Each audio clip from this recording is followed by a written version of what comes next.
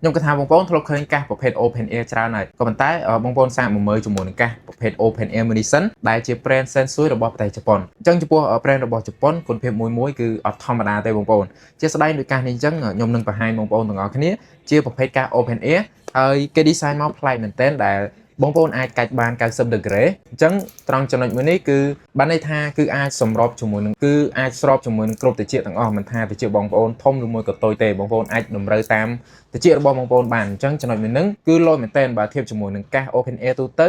គឺអាចកាច់បានទេបានន័យថាគេ design មកប៉ុណ្ណាគឺនៅប៉ុណ្ណឹងហើយអញ្ចឹងក្នុងការប្រើប្រាស់ក៏វាអត់សូវស្រួលមែនដែរវាអាចនឹងតឹងឬមួយក៏នឹងធូរទៅតាមត្រចៀករបស់យើងអីអញ្ចឹងណានឹងហើយចំពោះគុណភាពសលេងរបស់វាក៏អត់ធម្មតាដែរដោយសារតែគេបានបំពាក់មកជាមួយនឹង driver ទំហំធំ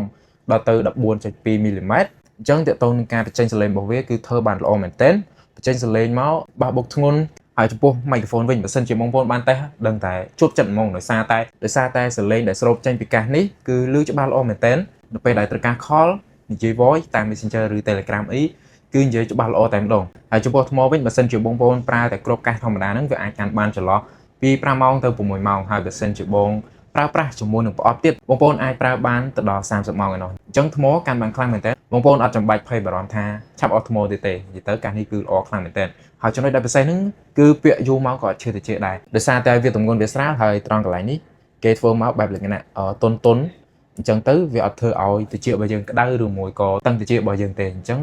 សម្រាប់បងប្អូនដែលចូលចិត្តពាក់កាសយូរមកប្រើប្រាស់ជាមួយនឹងកាសមួយនេះគឺត្រូវមែនទែន